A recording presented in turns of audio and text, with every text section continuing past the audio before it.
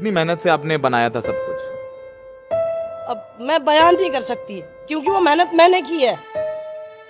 मैं दिन रात जागती हूँ जी, दिन रात जागती हूँ। मैं 24 घंटे में मात्र 2 घंटे सोती हूँ। मैंने सब कुछ अपने हाथों से खड़ा किया हुआ है। नमस्कार, आपके साथ मैं हूँ साक्षी जोशी। सावन चल रहा है, कांवड़ियों के भक्तिभाव और साथ ही उनकी यात्राओं के चर्चे इस वक्त जोर शोर से चल रहे हैं और वहीं उनकी हुड़दंग की खबरें, उपद्रव की खबरें भी आप तक पहुंच रही होंगी। स्क्रीन पर जो आप इस वक्त कांवड़िए देख रहे हैं, इनके बारे में आज मैं आपको एक ऐसा सच बता रही हूं जिसे सुनने के बाद आप हैरान रह जाएंगे। तारीख थी 21 जुलाई 2025 जब स्क्रीन पर दिख रहे ये कांवड़ ब्रिजघाट से 81 लीटर की कांवड़ लेकर जा रहे थे। उत्तर प्रदेश के अमरोहा में थाना गजरौला क्षेत्र में एक ढाबा था जिसका नाम था पंडित जी का ढाबा। पंडित जी का ढाबा, जी हाँ, इस नाम पर प्लीज गौर कीजिएगा। पंडित जी के ढाबे पर जाकर कुछ खाने के लिए रुके।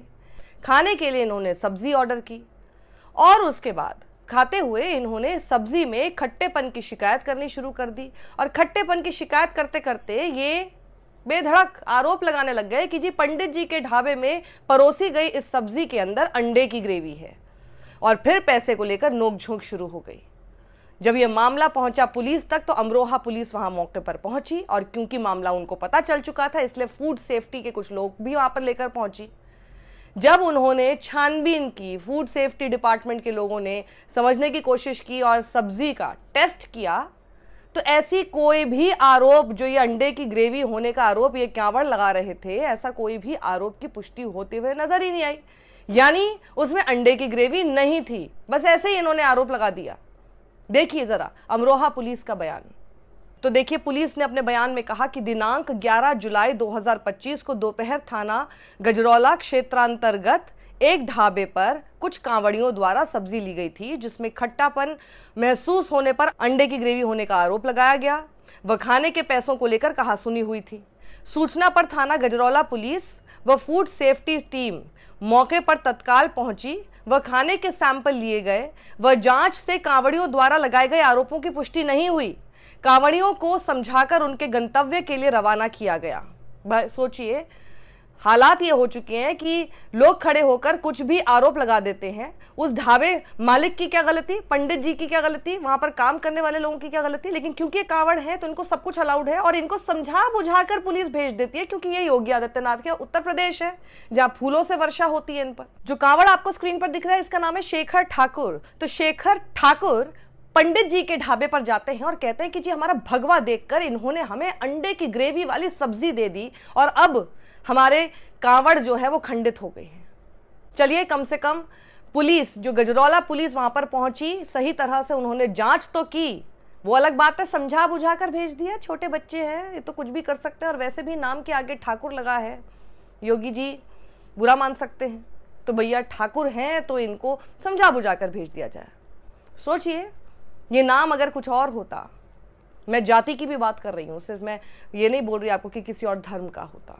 धर्म का होता तो आप सोच ही सकते हैं कि क्या होने वाला था। लेकिन क्योंकि यहाँ पर एक ठाकुर था, ढाबे वाला पंडित था, और सोचिए योगी जी, यही आरोप आपके ऊपर लगाए जाते हैं। पंडितों द्वारा भी यही आरोप आपके ऊपर लगाए जाते हैं। ये झूठे आरोप लगाने पर, हुड़दंग की नौबत आने पर, और सोचिए आगे क्या क्या हो सकता था, क्योंकि हम देख ही रहे हैं कांवड़ियों के हुड़दंग की खबरें तो हम देख ही रहे हैं और हर साल देखते हैं। इसमें कोई नई बात नहीं है। सावन आने वाला होता है उससे पहले से इनकी हुड़दंग की खबरें पहले आ जाती हैं। अब जब इस तरह की खबरें सामने आती हैं तो मेरे मन में एक सवाल आ रहा है, क्या हर जगह जहाँ पर बैठकर ये खाना खाते हैं तो कांवड़िए इसी तरह से करते हैं, जहाँ पर भी हुड़दंग की खबरें ढाबों या फिर होटल से हमको देखने को मिल रही हैं? आप सोचिए, इस तरह की हरकत करके आप बल्कि ऐसा बना रहे हैं कि कोई भी ढाबा और होटल वाले होंगे, धर्म तो छोड़ दीजिए, कोई भी, जब पंडित जी और ये सब लोग कोई नहीं बच रहे, वो चाहेंगे ही नहीं कि कोई कांवड़ आके इनके पास आकर खाना खा के जाए। दे विल नेवर वांटेड, अपने दिल से कभी नहीं चाहेंगे। आप अपने आप को शिव भक्त बोल रहे हैं, ये आपकी भक्ति है? किस तरह से गलत आरोप लगा के सामने वाले को प्रताड़ित करके आपको लगता है कि शिव भक्त आप बन जाएंगे और शिव आपकी भक्ति को स्वीकार कर लेंगे? कौन सी गलत फहमी में जी रहे हो आप लोग? मुझे अभी रेड माइक के सौरभ शुक्ला का वो इंटरव्यू भी याद आ रहा है उस महिला से जो कि ढाबा ओनर थी और वो कैसे रोते हुए बता रही थी कि मैं सिर्फ 2-3 घंटा सोती हूँ। कितनी मेहनत करती है, और मेरी पूरी मेहनत इन लोगों ने बर्बाद कर दी। इतनी मेहनत से आपने बनाया था सब कुछ। अब मैं बयान नहीं कर सकती क्योंकि वो मेहनत मैंने की है। मैं दिन रात जागती हूँ जी, दिन रात जागती हूँ। मैं 24 घंटे में मात्र 2 घंटे सोती हूँ। मैंने सब कुछ अपने हाथों से खड़ा किया हुआ है, सब बर्बाद कर दिया। अब मुझे जीरो से शुरुआत करनी पड़ी। 3 साल से मेरा काम टूटा हुआ है, मैं फिर भी दिन रात मेहनत कर रही हूँ। अब पता नहीं कौन सी करनी का फन मेरे सामने आ रहा है मुझे सब। वहां भी इसी तरह का आरोप लगाया कि जी सब्जी में प्याज मिली हुई थी।